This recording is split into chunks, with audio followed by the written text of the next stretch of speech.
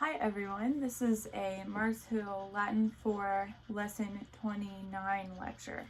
So this is your last lesson of grammar class, your last new material.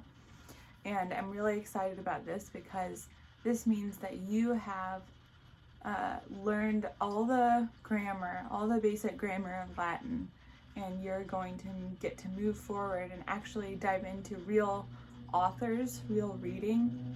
This is kind of like, for me, it makes me think of a baby who is learning to walk and has to use, those little push toys, has to hold on to things, and to get anywhere comes with real difficulties, and all the energy of the baby has to be focused in order to actually walk.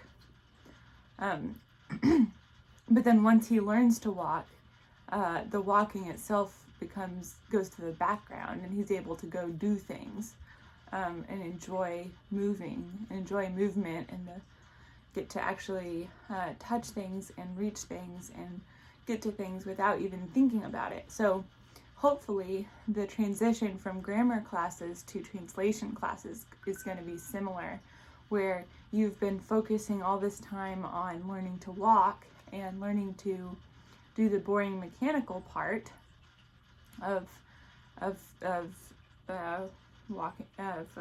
grammar, and now you're going to get to do the real joyful work of grammar, of translation, I mean. So hold in there for one more lesson and we'll get to real translation. All right, so one more irregular verb to learn in lesson 29 is volo. Now, before I start talking about it, we want to make sure we distinguish two different volos. First, we have volo with two L's, and we learned, one L. Volo, volare, volavi, volatus, that is first conjugation, and that just means to fly. We want to distinguish that from this verb we're learning, which is volo, volui, which means to wish or to be willing. Okay, so the present indicative of volo is volo, vis, volt, volumus, voltis, and volunt.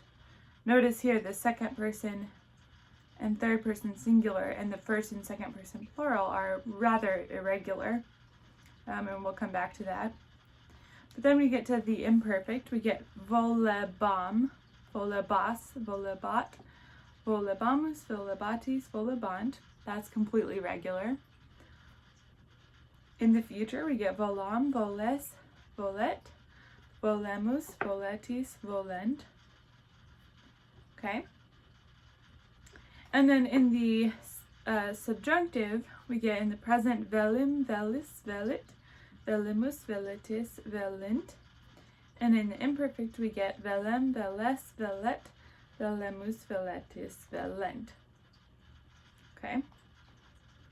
The participles, we have volens, volentis, with our present participle. And we have the infinitive, vele, and the perfect infinitive, voluisse. Okay, also we learned nolo. So nolo is much like volo, whereas volo means to be willing or to wish. Nolo means to not be willing. So it means to be unwilling, to wish not. So we have nolo, and then we have non. This is a two-part verb, so non vis, then non volt. Then we have nolumus, non voltis, and nolunt.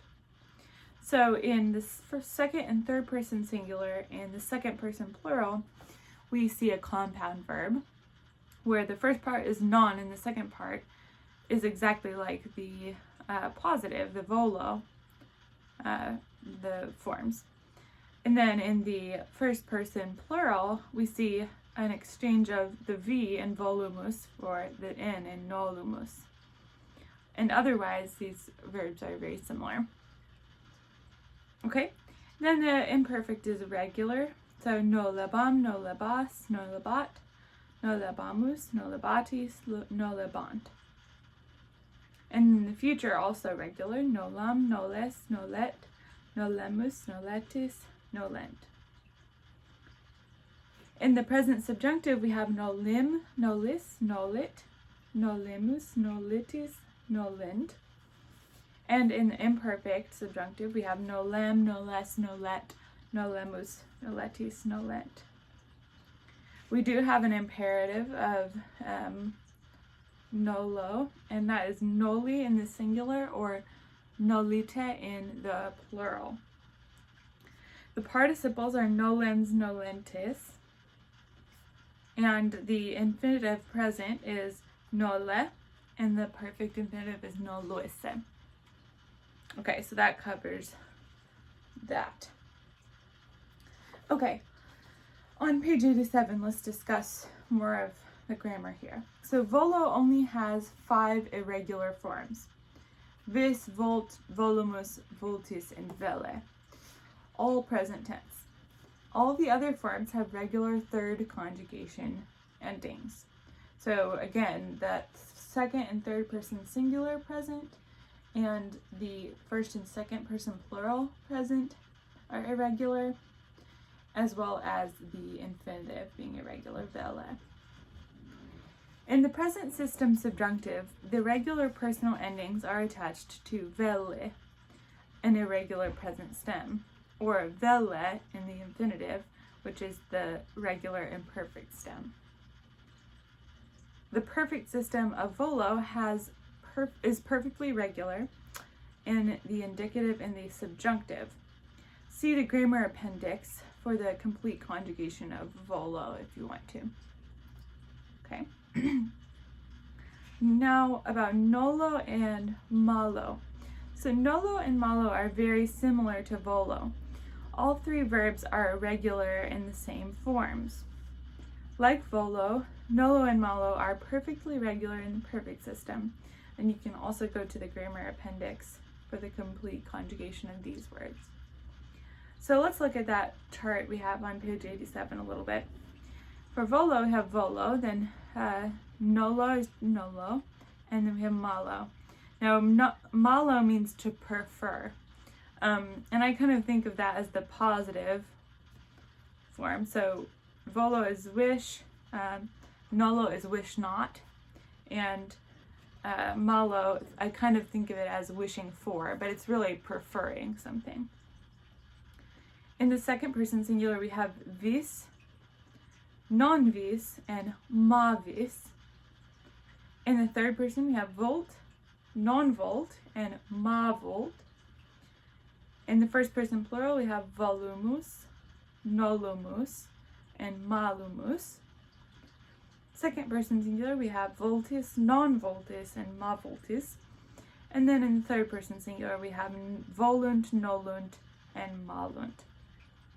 The present subjunctive stems are veli, noli, and mali. The present infinitives are vele, nole, and male. And the imperfect subjunctive stem is vele, nole, and male. Okay. Okay, you have 3 new vocab words, these 3 that we've been talking about, volo, nolo, and malo. And one other thing I would say is that make sure you don't get the meaning of malo misremembered in your head. Some people accidentally think of it as related to malus aum, which you know is bad, and that's doesn't have anything to do with malo, to prefer. So make sure you don't get those confused. All right, congratulations on your last week of new grammar, and I look forward to seeing you in class. God bless you.